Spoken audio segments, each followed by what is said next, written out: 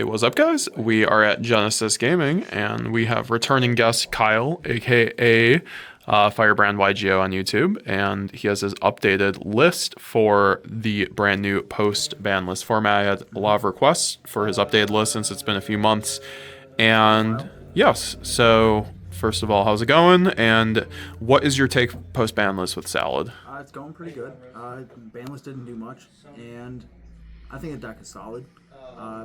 Obviously, like, the Snake Eye hits, if you're playing multiples of, like, Ash or Poplar, it's whatever. Don't worry about it, but everything else, you'll be fine.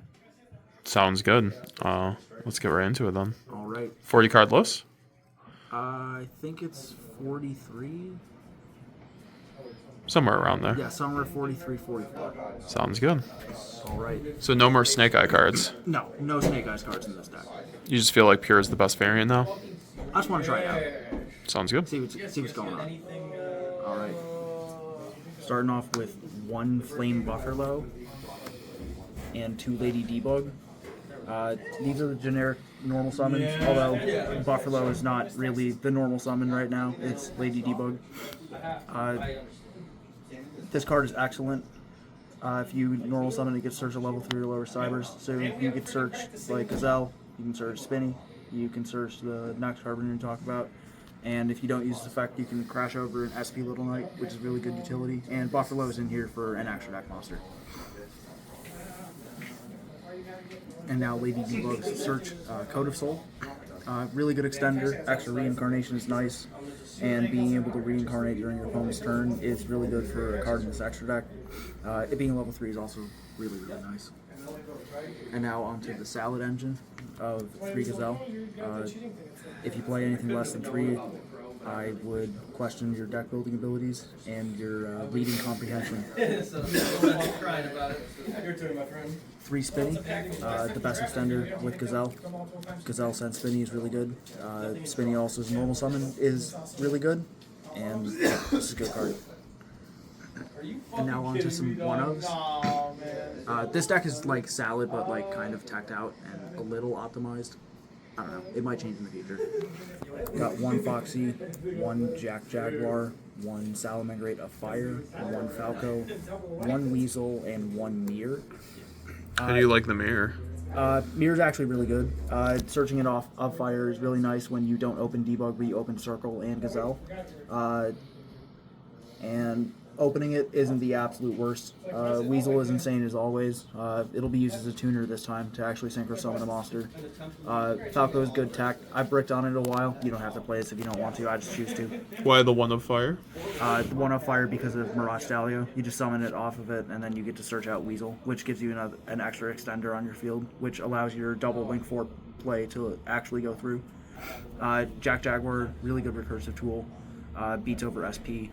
And Foxy, good one of. I just ran into problems where I was drawing it and didn't really have much to do with it or anything to do with it at all, and it just kind of felt bricky, so I'm just testing it at 1. And yeah, that's it for the Salad engine. Not much, but it's alright. Gets the job done. Yeah. Now, onto the hand traps. Double Mourner, double Veiler, triple Ash Blossom.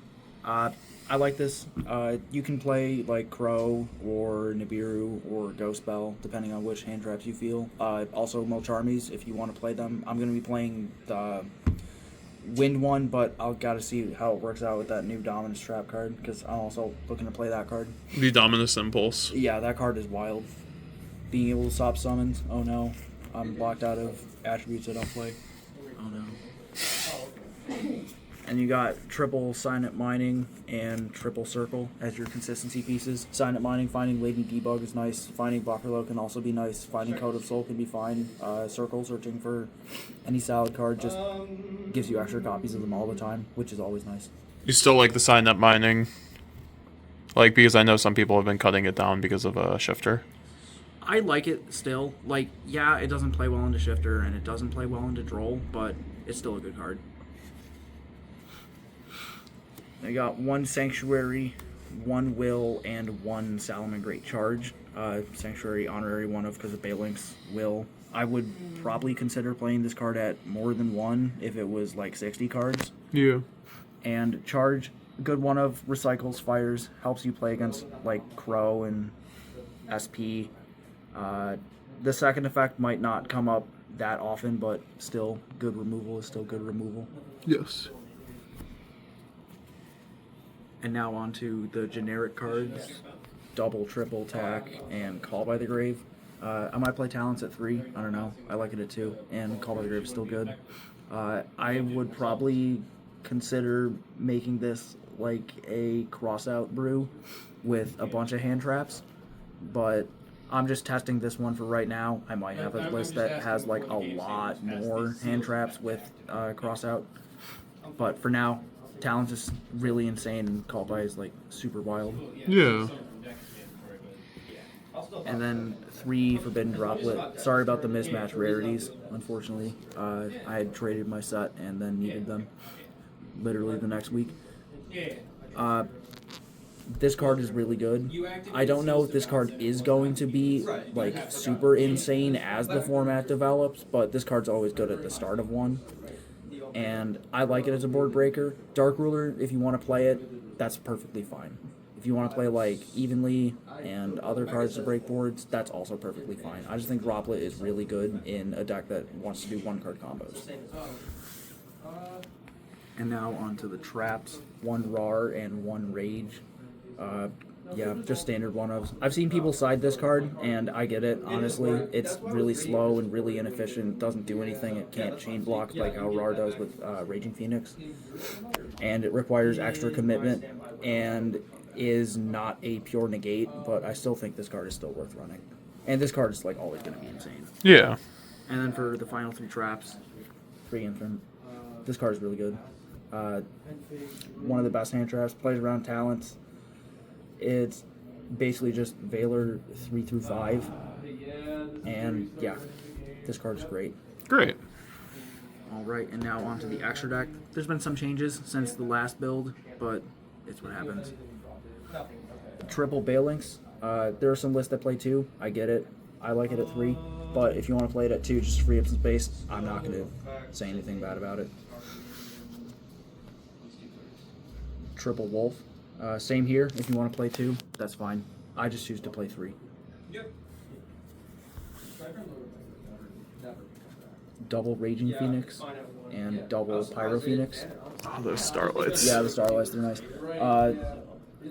Pyro Phoenix isn't here. Works well with Code of Soul. It can just nuke fields. It can help you win in scenarios where you probably shouldn't have because you just burned your opponent. And Raging Phoenix is insane. Having a search on a reincarnation and a constant floater that's gigantic is just like kind of impossible to out with.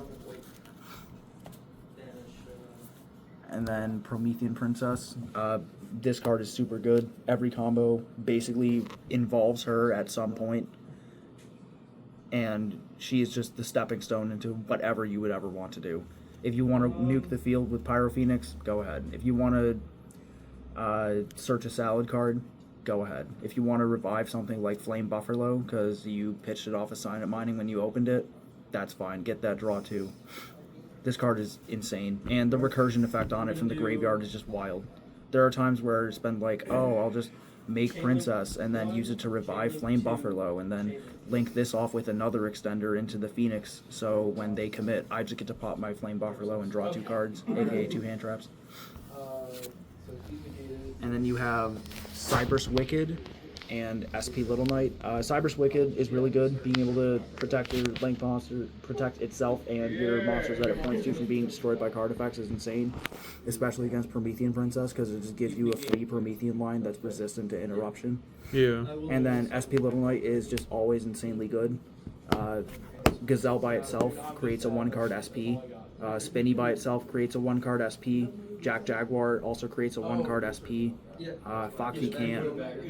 Of Fire won't because it'll lock you. Debug can get you a 1-card SP with Code of Soul and Salamangreat Mirror, so that's always nice. Just being able to convert what would be a main combo into a disruption piece like SP and just free up space to interact with your opponent and stop them from taking you out faster than you would want to ever have is just really nice. This card's super good. Yeah. I'm glad it's getting reprinted in the tins. I'm glad my QCR is just like falling down in value. But they aren't reprinting the QCR, so you should be happy over time. Oh wait, it's a prismatic? Yeah. Okay. And now on to the stars of the show, and by that I mean the last 2 cards. Horse Prince is insane. You can summon Flame Buffalo, you can summon Gazelle, you can summon Code of Soul. This card is just really, really good. Giving you access to the pieces is really nice. It's why I'm playing 1 Flame Buffalo. I came to the realization that for this format, you need to like either be on a super efficient 1-card combo deck or an overtly broken 2-card combo deck. And Salad fits the bill for the really good 1-card combo deck because nothing I'm doing is like overtly broken. So I'll just take the tech pieces instead.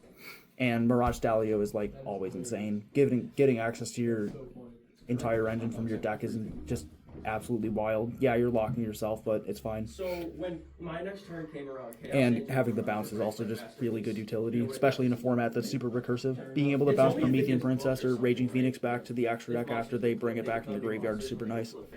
And being able to bounce Fiendsmith is like really nice. Yes, sir. Yes, sir. Do you have a side deck quickly for us? I do. 1 Paro. Oh my gosh. If we were at a YCS, I'd say I play him because I like his artwork, but I'm going to be real. It's that life points that I'm looking for.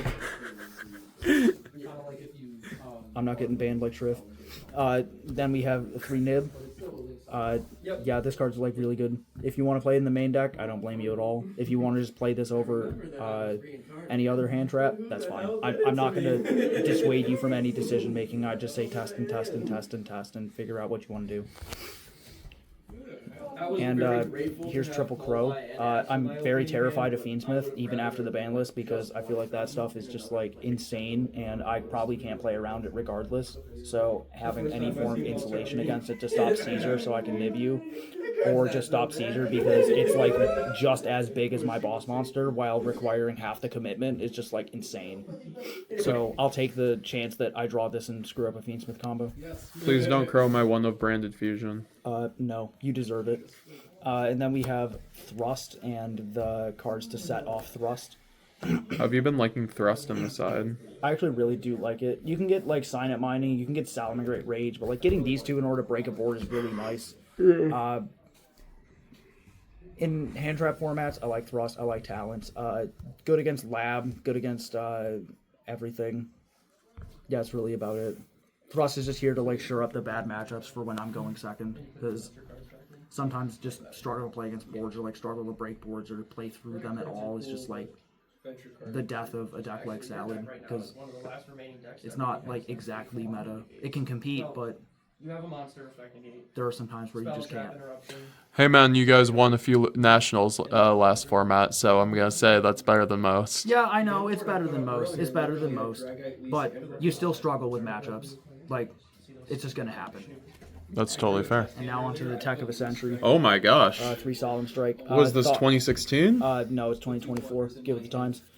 Basically, the thought process is just like side out imperm when you're going first and side this thing in, and you'll be perfectly fine. As long as your opponent isn't allowed to play, that's all that matters to me. Don't you love modern Yu-Gi-Oh? Yep. And then the last card on the sideboard is Hita. I couldn't find any room. I could cut the 3rd Wolf, could cut the 3rd Balinx. I don't know.